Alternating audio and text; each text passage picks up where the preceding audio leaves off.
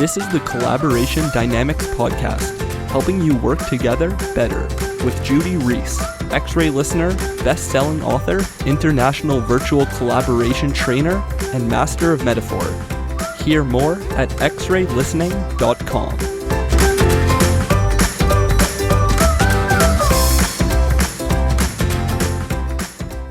Hello and welcome to Collaboration Dynamics. I'm Judy Reese and with me today is Mark Kilby. Hello, Mark. Hello, Judy. How are you? I'm very well, thank you. And I'm delighted that you could join me today because you're one of the people who I've known about, I suppose more than known, online for a long time. And when we finally met the other week, it was absolutely excellent. You were even more wonderful than I thought you were. Thank you. So would you like to introduce yourself? Certainly.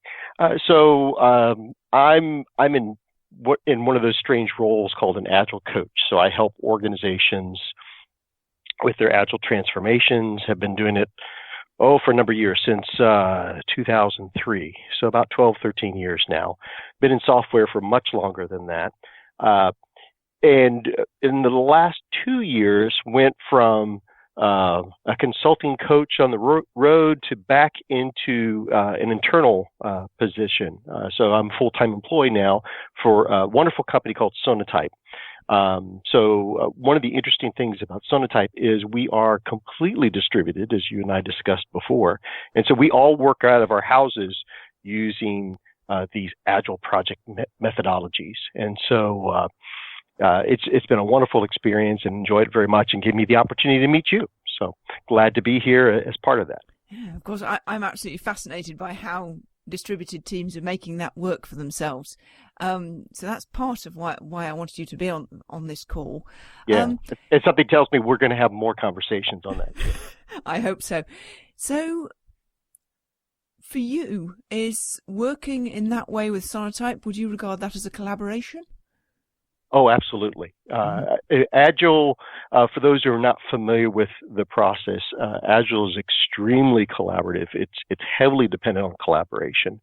But what's unusual about my current situation is most people in the Agile space or the Agile profession would say the only way it works well is face-to-face. Mm-hmm. However, we're finding it also works very well in our distributed environment. And I think it's actually one of the reasons why it works well is because we're using Agile and because of that collaboration. Mm. Yeah, one of the recent interviewees on this podcast was saying, well, it may not be so that Agile is better online than it is face-to-face, but the point is that when you've got a distributed team, you need Agile even more than you did before. Absolutely. I've been on traditional or what's sometimes called waterfall teams that were distributed. Oh, it was not pretty. What kind of things happened? Basically all kinds of miscommunications and crossed expectations and very easily getting siloed. One of the tendencies that can happen working online, as I know you're familiar with, is it's very easy to kind of sit in front of your machine and tune everything else out to focus on your work. But that's where you can get into trouble if it's a longer project or if you do have other people that need to be involved in the work. And so what Agile says is you should find a way to involve those people as often as possible, perhaps even daily. Mm-hmm. And so with our Agile teams, they're actually communicating with each other throughout the day, both synchronously and asynchronously, and also reaching out to our sales and marketing teams and sometimes even customers as part of that. And so what I've seen is with what we have now from a technology infrastructure standpoint, we can reach out to the people we need to reach out to and collaborate in a moment's notice, just as if we were face-to-face. Mm-hmm. And so when you personally, not you as a group, but you personally, when you are collaborating at your best, you are like what?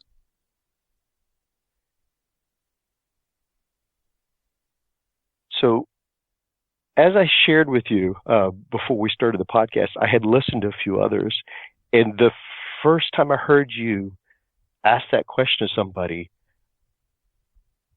an image popped into my mind that I had never considered before. Mm-hmm. And so when I'm collaborating at my best, it's almost as if you can imagine just a very quiet pond in the woods.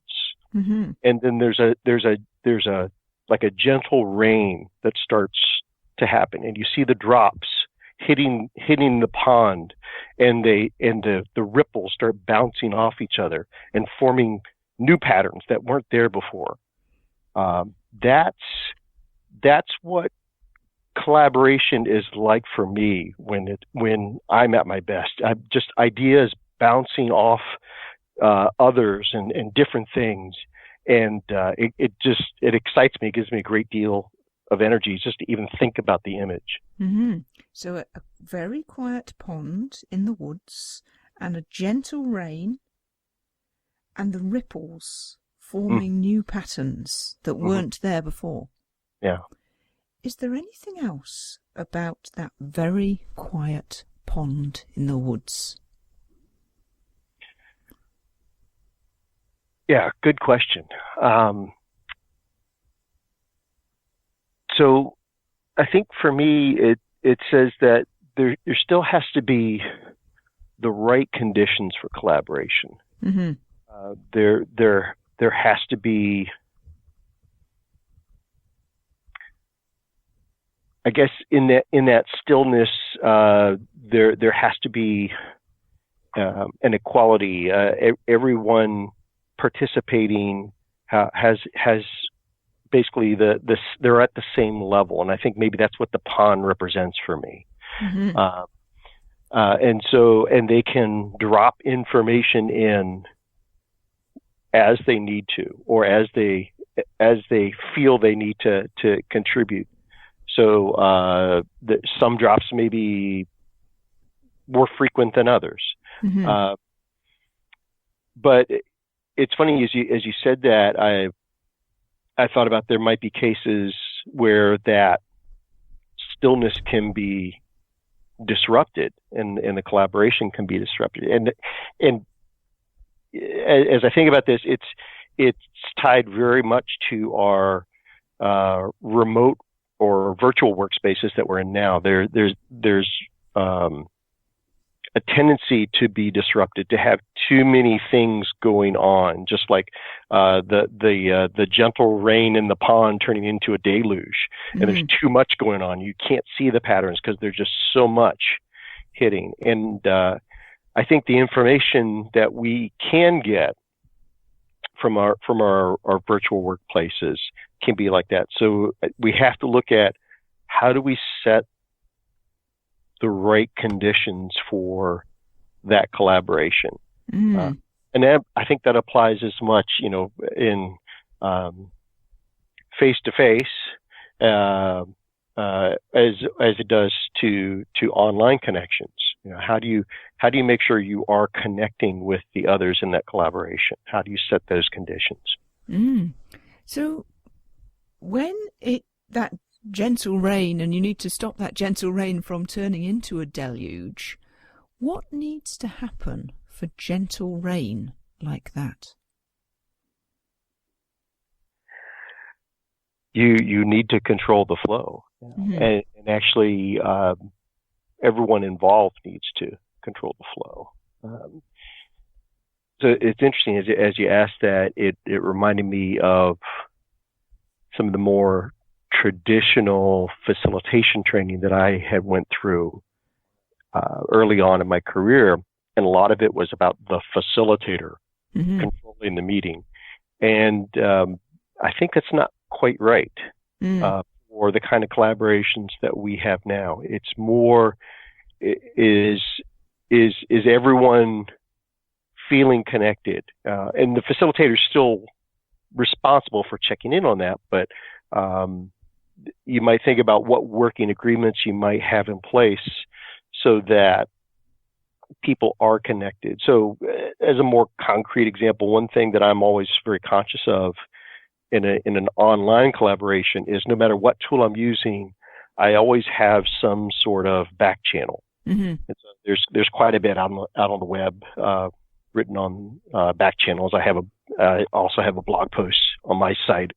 But the idea is you always have some easy to access communication channel so that if all of the rest of your technology fails, you'll still feel connected with the rest of your group. And that's what a back channel and collaboration is all about. And so I always try to make sure there's at least that connection. Mm-hmm. And that connection that stays even if everything else goes wrong, what's the relationship between that back channel and control the flow, which means there's gentle rain rather than deluge?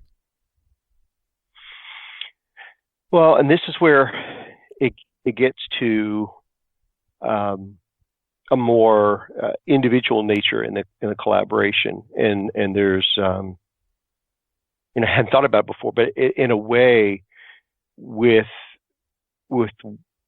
some of the work I do now and others I know in the online coaching and facilitation space, there's a meta collaboration of it's making sure that not only people feel connected, but they're able to have some control over the collaboration. So a little bit of that is really getting to know the different participants in the meeting. And sometimes that's hard if it's the first time you've met them, but if it's a team you've been working with for an extended period of time, as the facilitator or team lead, or if you want to say scrum master or agile coach, whichever, you want to take the time to get to know the individuals and understand what's important for them.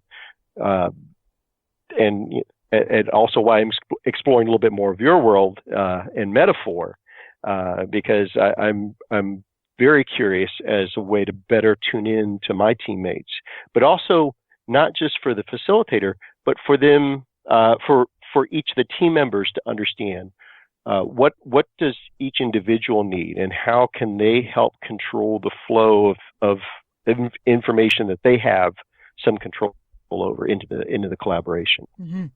Absolutely. I was talking to somebody this morning about how using clean language we can get people to understand themselves and how they work, and also share that information with their colleagues, and the colleagues get to understand how they work, and as a result you get a beautiful web of interconnectedness, was the metaphor that this morning's person used.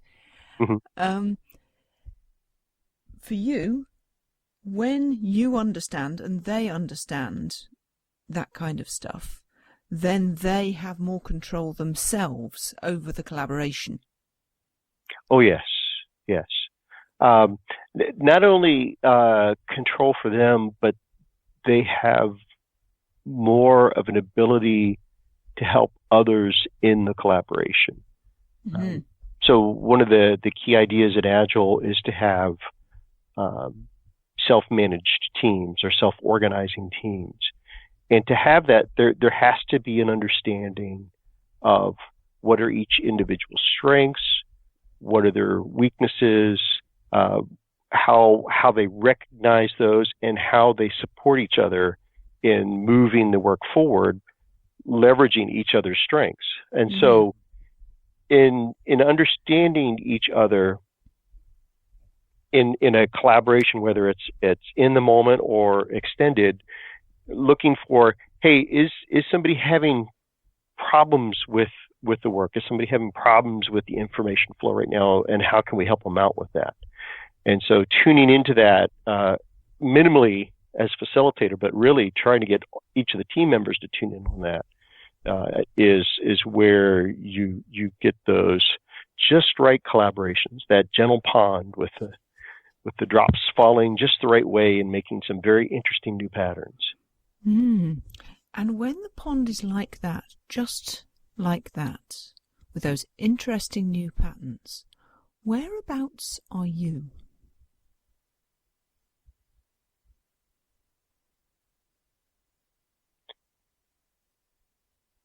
for me,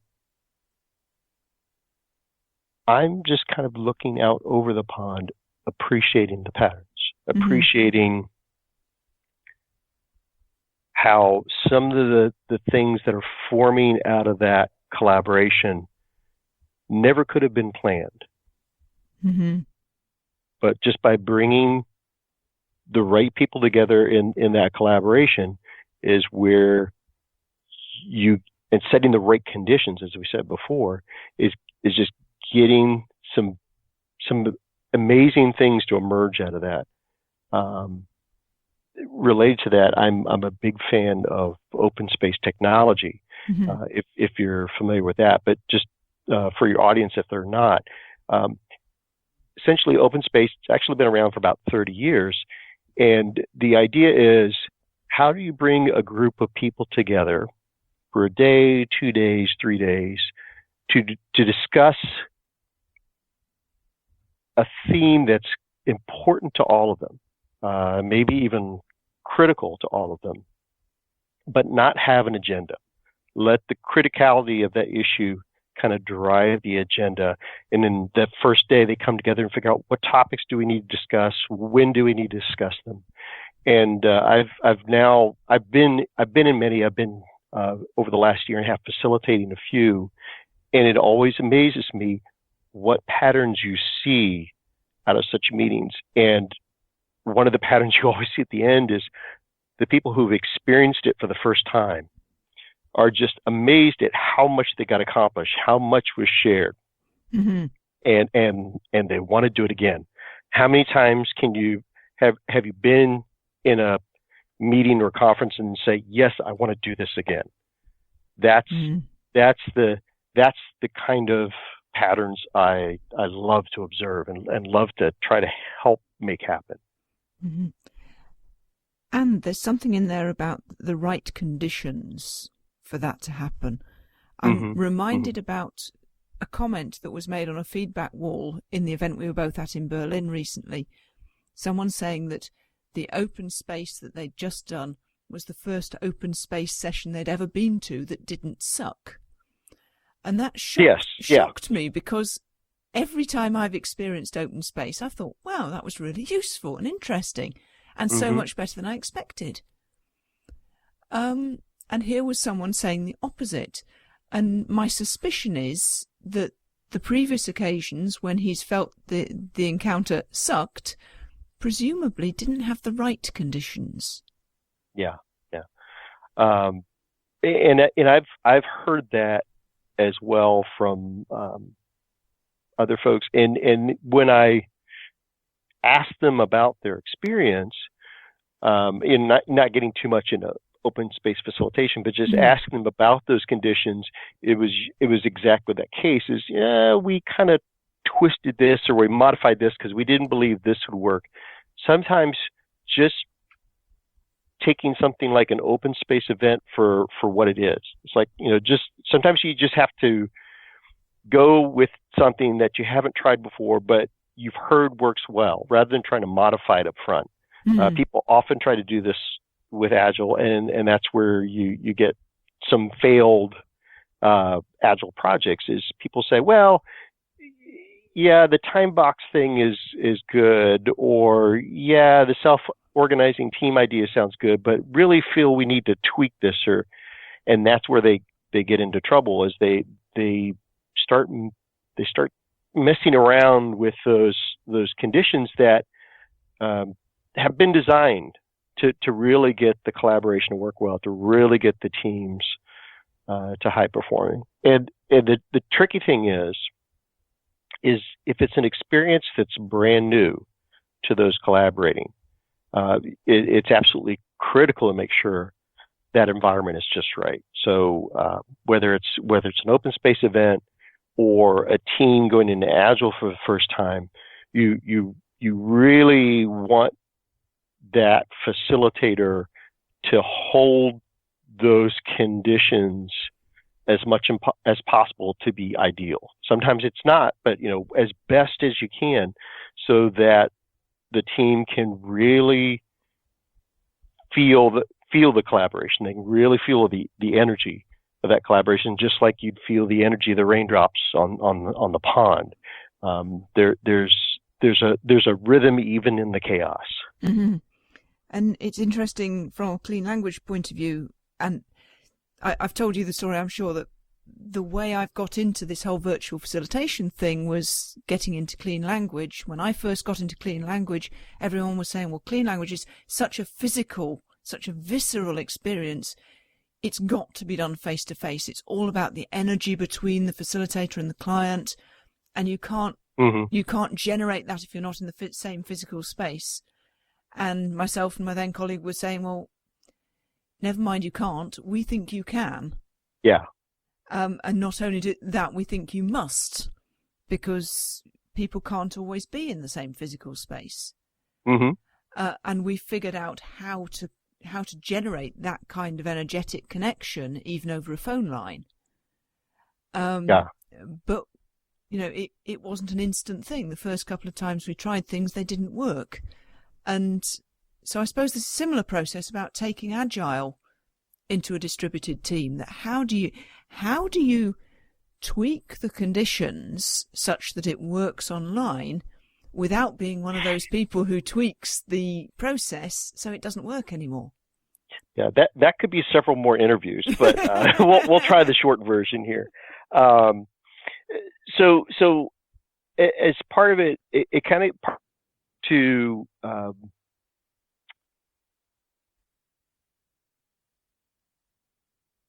got to understand who are the individuals on the team, what's important to them, why in the world are they even choosing to work this way? And I actually did that with the first team I came to work with at Sonatype, and I just wanted to understand, how they got there, what was important to them to work this way, and what did they get out of it? And so as part of that, I listened very carefully to each one of them, and then I asked them what was missing. And sometimes that can be very simple. Sometimes it requires a little more work. But if you listen to the teams, you listen to what the individuals are looking for, and then as again the Agile leader or Scrum Master or coach, if you start moving the conditions to help the team find those things. So concrete example, with that team, that first team at Sonatype, the first thing I heard was, well, we've been doing Scrum for about a year and it's okay, but the meetings last really long. I went, really? That's interesting. So the first thing I did was, okay, how can we make these meetings as efficient as possible? And so there was some long planning meetings and other long meetings, and so we got many of the meetings down to 30 minutes or less. The stand-ups, which should usually be no more than 15 minutes, we got down to 5 to 7 minutes. And after a while, I asked them, how's that working for you? They go, no, it's pretty good. And then I got to the point where I started asking them, could you guys run these? I said, you really don't need somebody here to run this, do you? And so they started actually taking ownership of some of the meetings and then started making some of their own changes.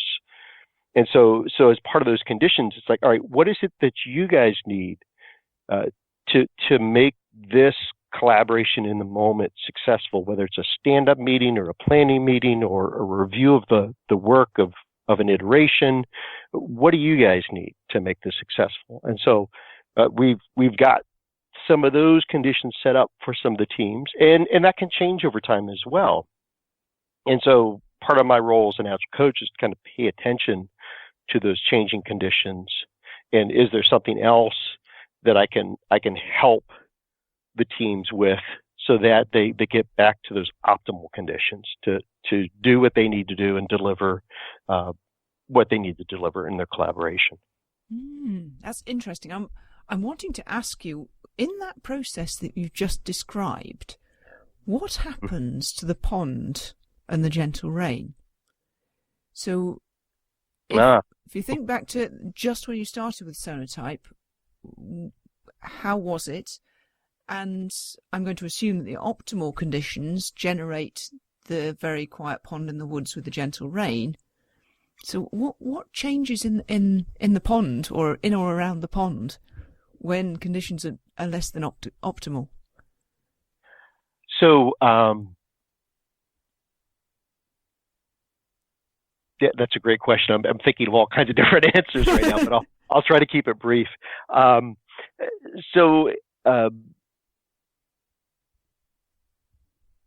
Having grown up in the woods or sticks of Florida, I'm very accustomed to kind of paying attention to the environment, and if you look at any pond over time, you'll notice that conditions will change. Something will come in to the environment, something will move out, and sometimes that will help things thrive, or it can actually kill things off. And it's the same way with our teams and how they collaborate. There's always some sort of change happening. Sometimes it's slow and subtle. Sometimes it's quick and surprising. And as the leader or coach, it's how do you help the team adjust for that, so that they can get back to those optimal conditions.